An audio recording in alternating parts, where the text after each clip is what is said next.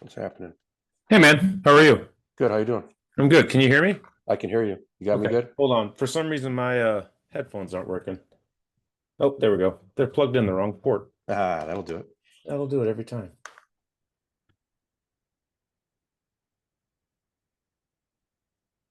Nope, that's not them.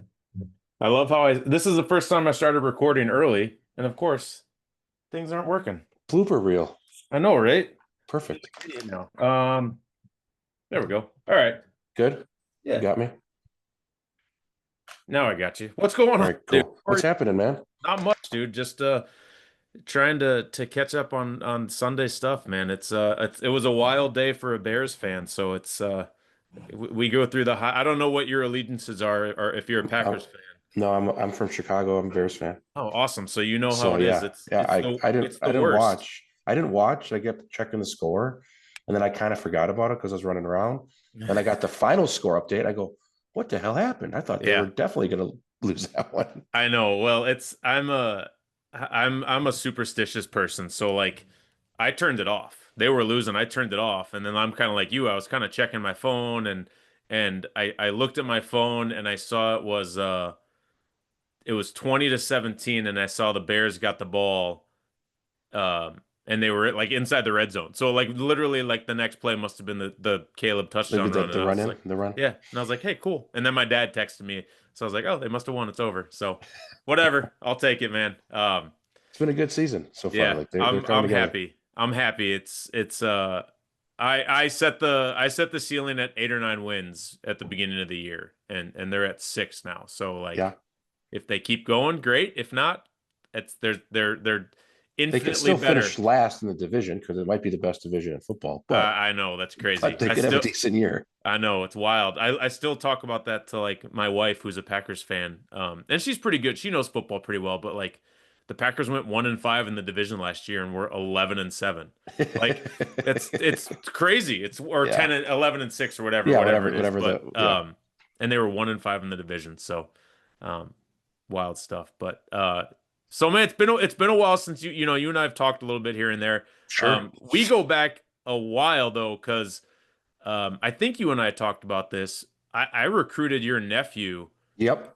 from Yep. Elkhorn High School back in 2019 when I first started Yep. coaching at Lake Forest, which then you go full circle around. I coached against Elkhorn when I was at Waterford, so Sure. it's like so crazy wild Yeah. how My football. cousin, my cousin actually, technically it's my cousin, my Okay, uncle's your kid. cousin.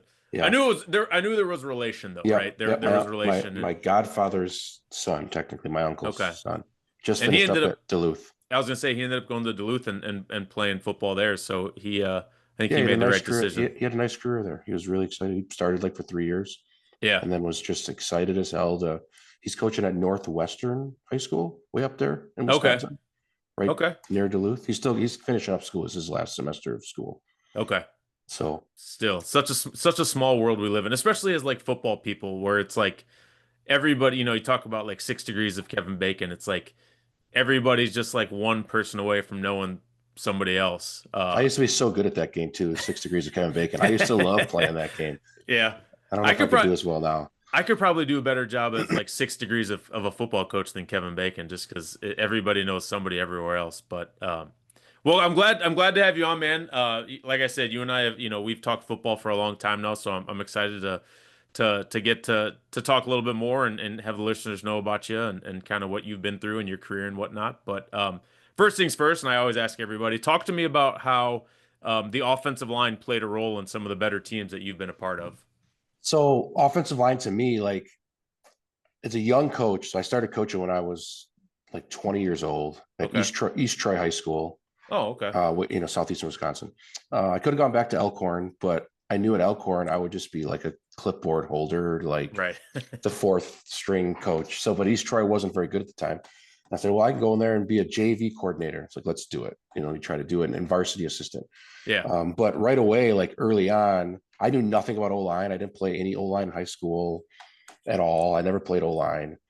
Just those guys blocked, and we ran for a lot of yards in high school, and in college Right. I played defense. So it wasn't something I knew anything about. But early on, I was like, well, pretty much the whole thing. Like O-line is not as easy as it seemed in high school, right?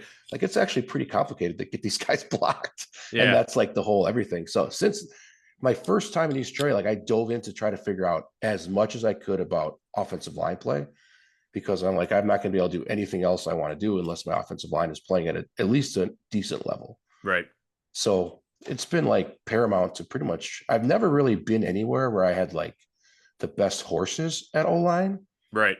Like I've never had the luxury of being at a school or a team that I could pay the best guys or anything like that. It was just like, here's the guys we got. And I feel like we've had some pretty good offenses and we've been able to get a lot out of those guys based Yeah. on coaching the hell out of their technique and stuff like that and really Right. focusing on Right. And you're kind of in a unique situation too, where you spend a lot of time at the professional level, like right, as a professional them. indoor Yeah, coach. So you're getting guys that like have been coached, right? Like have played at major universities, have played for high schools. Like you're getting guys who like, and again, I want to ask you a little bit about that a little bit further down the podcast, but like how much of coaching is going on with those guys there? Is it just like almost more like don't mess them up, or is there still a little bit of like Oh, coaching and technique and things? so I got started at that level in 2008.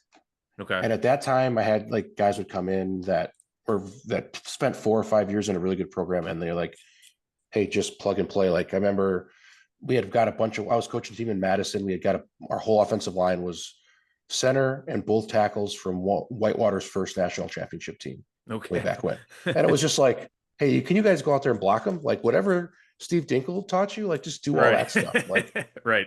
my line coach, like he's there, but he's just going to drink coffee, and you guys just do what you do, and that was great. But these last like 5 years, now I'm getting guys who have been in like 5 years in college on 5 different teams and Right. 4 different systems, and it's like your technique sucks, and we Right. need we need to work on that, and that's not something that I really want to spend a lot of time working on.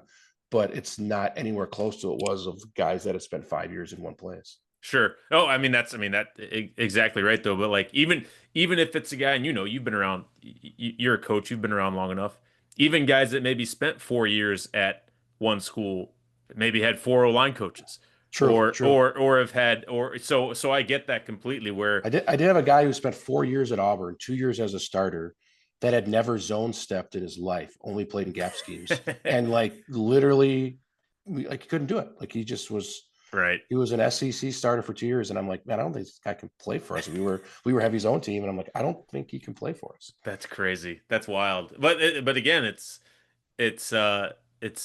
burrowed in their brain of what they have to do, and they're kind of the you hate to say a one trick pony, but like that's what they do. Like we know how to gap scheme. We're rolling into gap Yeah, scheme, and you're you're not gonna tailor everything for one kid. It's not like you can't change your entire system. It doesn't matter how good the kid is. He could have been a 4 year All-American.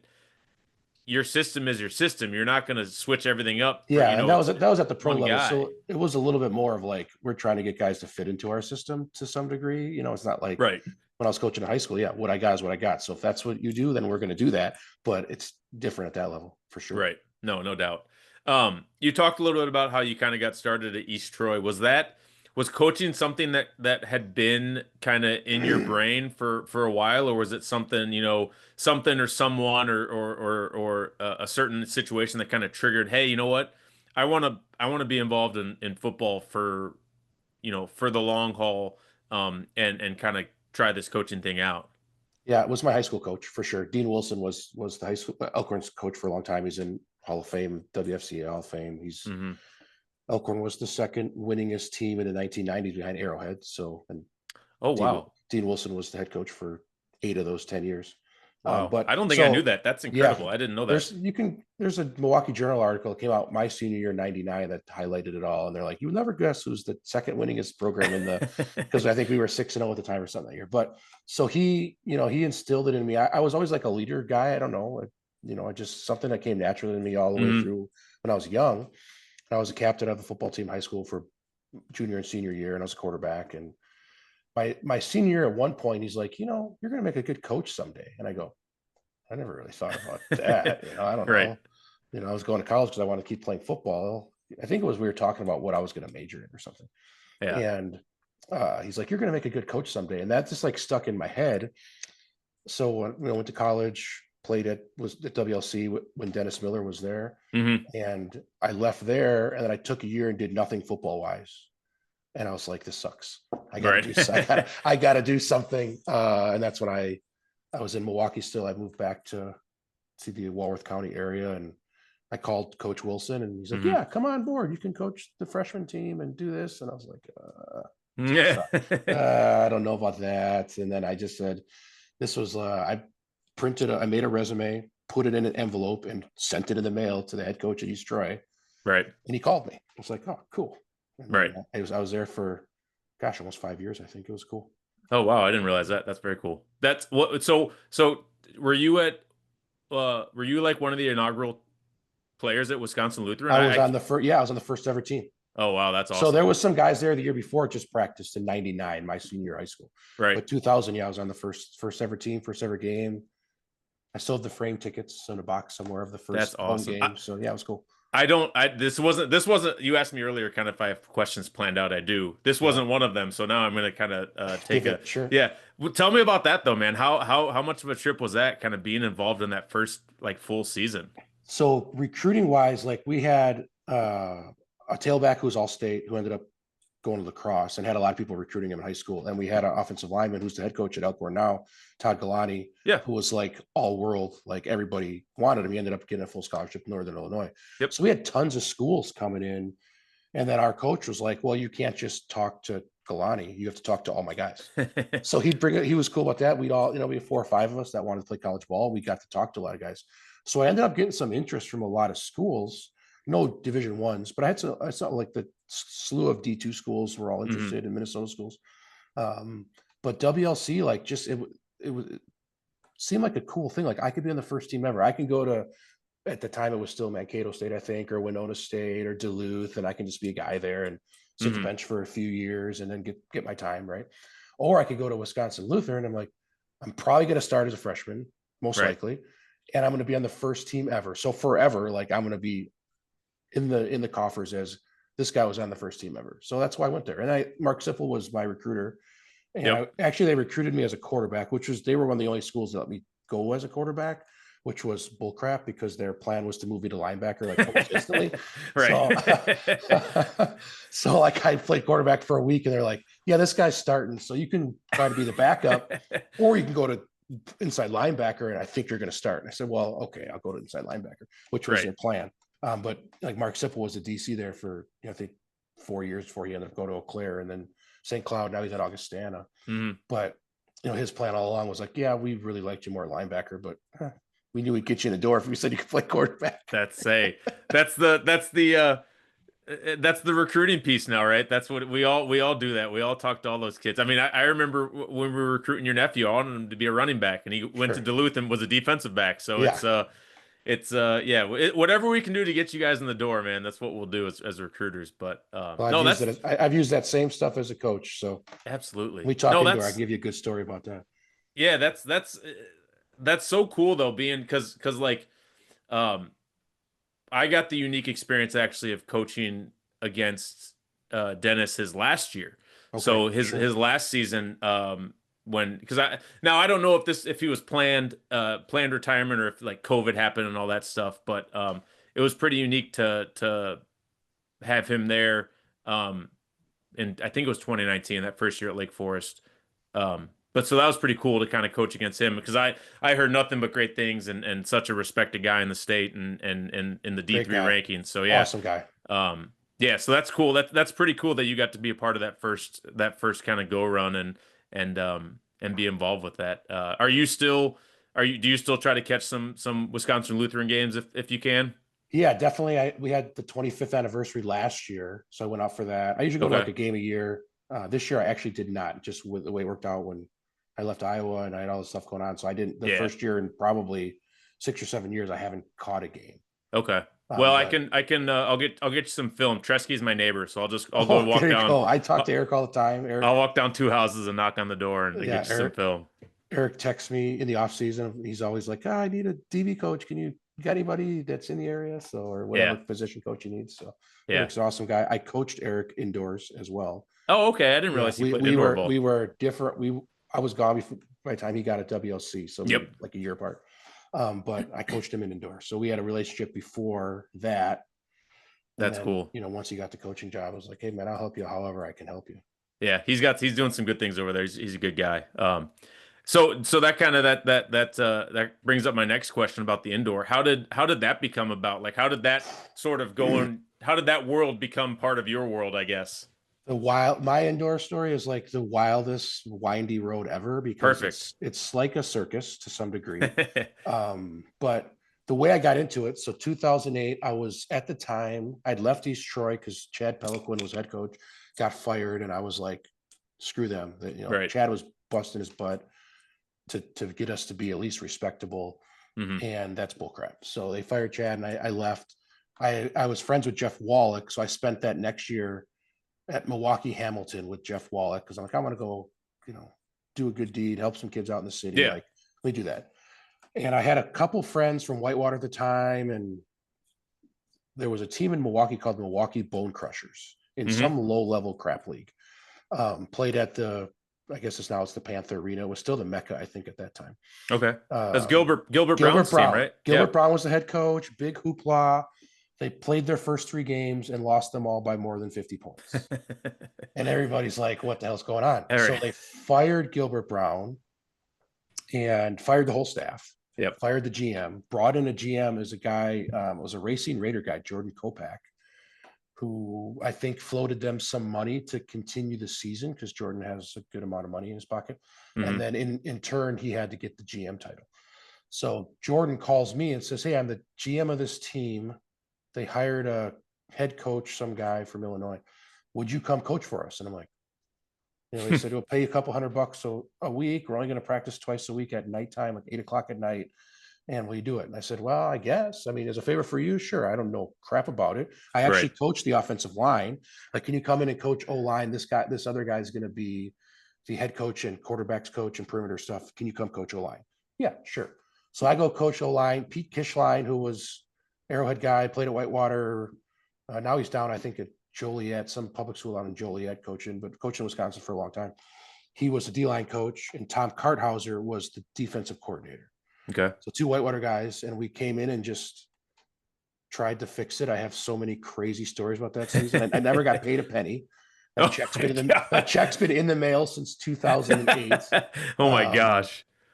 that was such a wild time. But the head coach, I'll just tell you the head coach story because he was only there for 1 game, and then Yeah. that's it because we could Holy talk for cow. hours about this.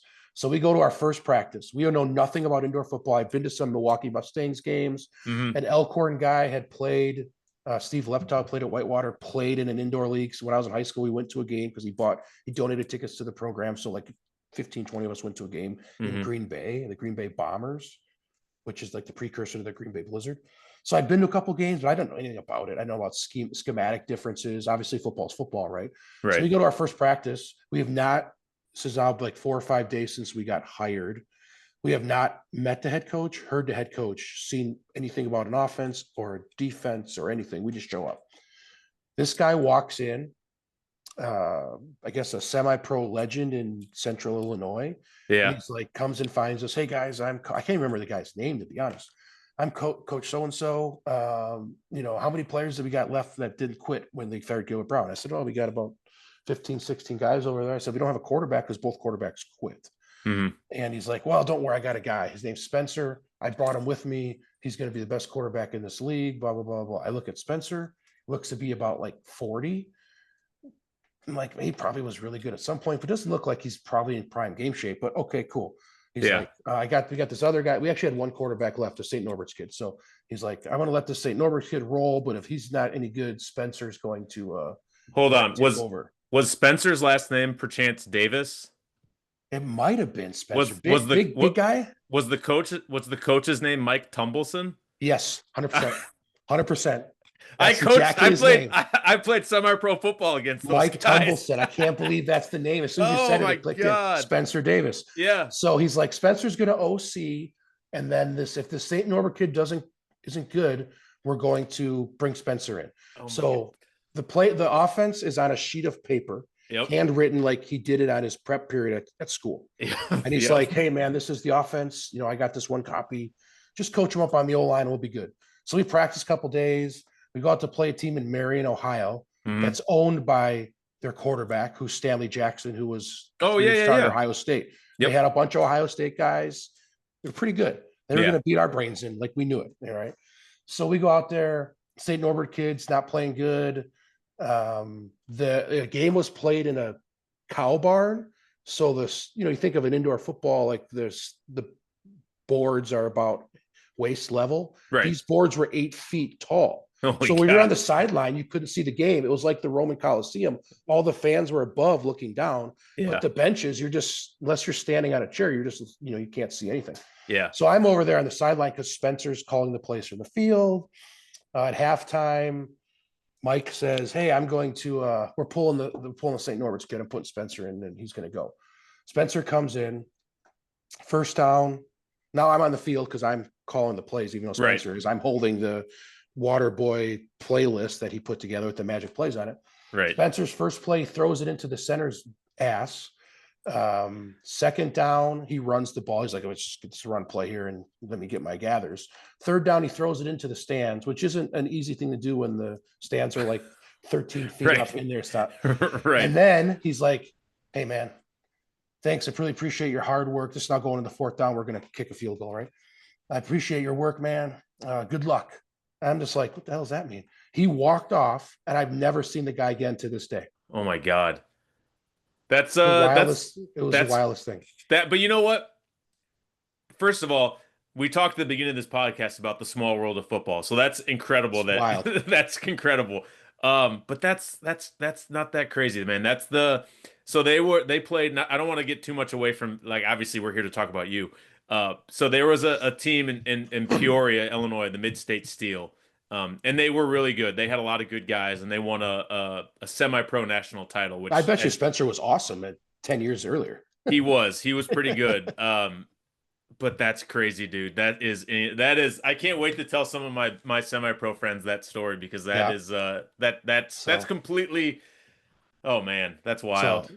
I became the offensive coordinator when Spencer left. Yeah. We ended up getting a few more Whitewater guys and got some other guys, and we ended up winning a couple games, and that Yeah. parlayed that into a expansion team in Madison, Wisconsin, and we did Yep. really well because we got a bunch of we're in Madison. We kept with the practice a couple days a week. We got a bunch of Badgers that weren't doing anything else, Right. so we were good for a couple years and went to the playoffs twice in a different league and had some success. But then I stepped away for like 7 years. I didn't step away from football, but from indoor because Hmm. I had that team couldn't pay the bills because we had like 12 people at the Dane County Coliseum coming to games, Right. so we couldn't pay the bills.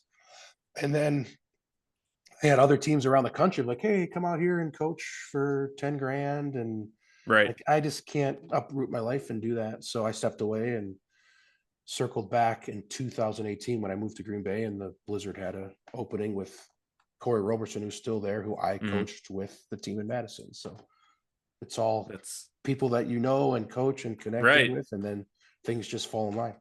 No, that's crazy, man. It's I always kind of circle back to like origin stories, right? And so like I'm always curious about how people get involved with it, I mean first of all, it's a testament to you sticking with it because most people when they go through like that kind of situation and that's that sort of like dissension and craziness, they'll be like, this is not for me. I'm done with it. But obviously you stuck with it and you parlayed that you were a head coach for quite a while in professional indoor football. So that's something to be said.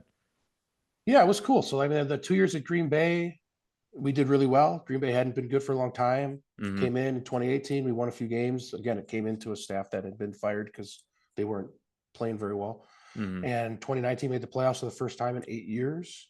So we did really well. Then I kind of stepped away again because it's just there's not a lot of money in Yeah, football. I mean, Everybody, yeah, you guys all know how it is, but I stepped away, and then I had that opportunity to go to Iowa. I right, did that for 4 years, and right.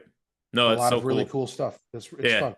It's it's kind of a it's niche. right, and it is. It's very much so. Like I feel like that is 100% like, because you had given me that the number of that guy just recently Yeah, to yeah. and I I reached out and we talked a little bit, but the more I thought about it, the more I was like, this, I don't know if I could do it. Like, I've never been involved with this. Like, I've been, it's just such a, like you said, such a niche for guys, for coaches. But I feel like it would be, and you can correct me if I'm wrong. I feel like it would be infinitely harder to go from 11 man to indoor than to go from indoor to 11 man. I feel like if you made that jump from indoor to 11 man, it's a lot easier than going the vice versa.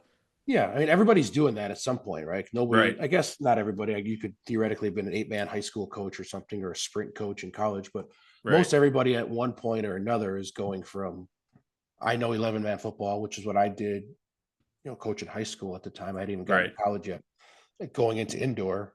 And I didn't really have a lot of people who have, I was taking outdoor schematics and finding a ways to make them work in indoor. So it's all still football. There's just, Right. as you get into it, you start seeing like that's the same and that's the same. And obviously Yeah. things happen faster because it's a smaller field. But the Right. biggest thing is just going up levels. Like the level of athlete is the biggest difference from, I couldn't take the offense that I've ran the last 4 years and go to, I live in North Fond du Lac. I can't go to North Fond du Lac High School and run that offense because we would not score points because of Right. the athlete, because of the kind of athletes that we have in comparison to the kind of athletes that I had running that offense. So Right.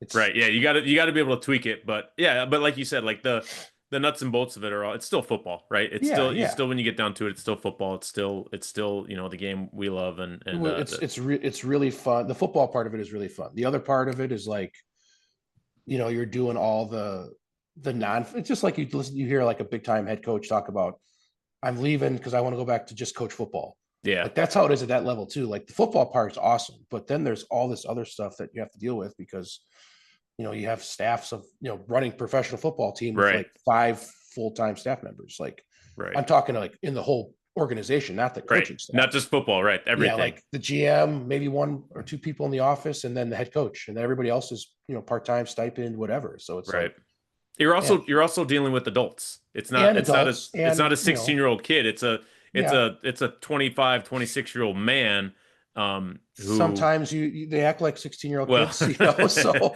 right. it's not much of a difference in that aspect, to be honest. But Right. and instead of parents, we get crazy fans who want the world when we're have a shoestring budget. Like, that's not how it works at this level, man. But Right. I can only coach what Exactly. I can pay for. Yeah, no joke. It's yeah, let's ease up on the expectations. We're just trying to survive. Let's stop worrying about what you guys want. Yeah. Yeah. Well, I'm gonna get you out of here in a bit, but the last question I got for you, if you could build a Mount Rushmore of offensive linemen from guys you've played with, guys you've coached, or guys you're just a fan of, who would be on that 5-man offensive line? And we'll go 5-man. We won't go Oh, 3-man like okay. Arena. 5-man Yeah. offensive line. Um, I got to put Todd on there. Galani. I mean, played with him in high school. He started at NIU for 3 years, played a little bit with the Cowboys, and Yep. kind of resurrected Elkhorn's program. He's doing an awesome job. So he's got to be on there. So that's one. If I'm strictly going guys I played and coached with, Jake Mazolik would be my WLC representative. Okay. Played offensive line for us there. Did a really good job. We had a bunch of guys there, but I would say Jake was the best guy when I was there. And then I go to coaching. Jonte Berry is one of the my most favorite players I've ever coached. Offensive lineman, journeyman, like been on different indoor team every year for like the last Hmm. 10 years. Just played at Southwest Oklahoma State. I was from Houston area, Okay. and just like Mr. Happy Go Lucky. And he's a good offensive lineman, like really good player. There you go. So Jonte Berry be my number 3. I'll give you one more guy I coach, and then my favorite offensive lineman in the whole world. But I would say, oh man, I've coached some really good dudes.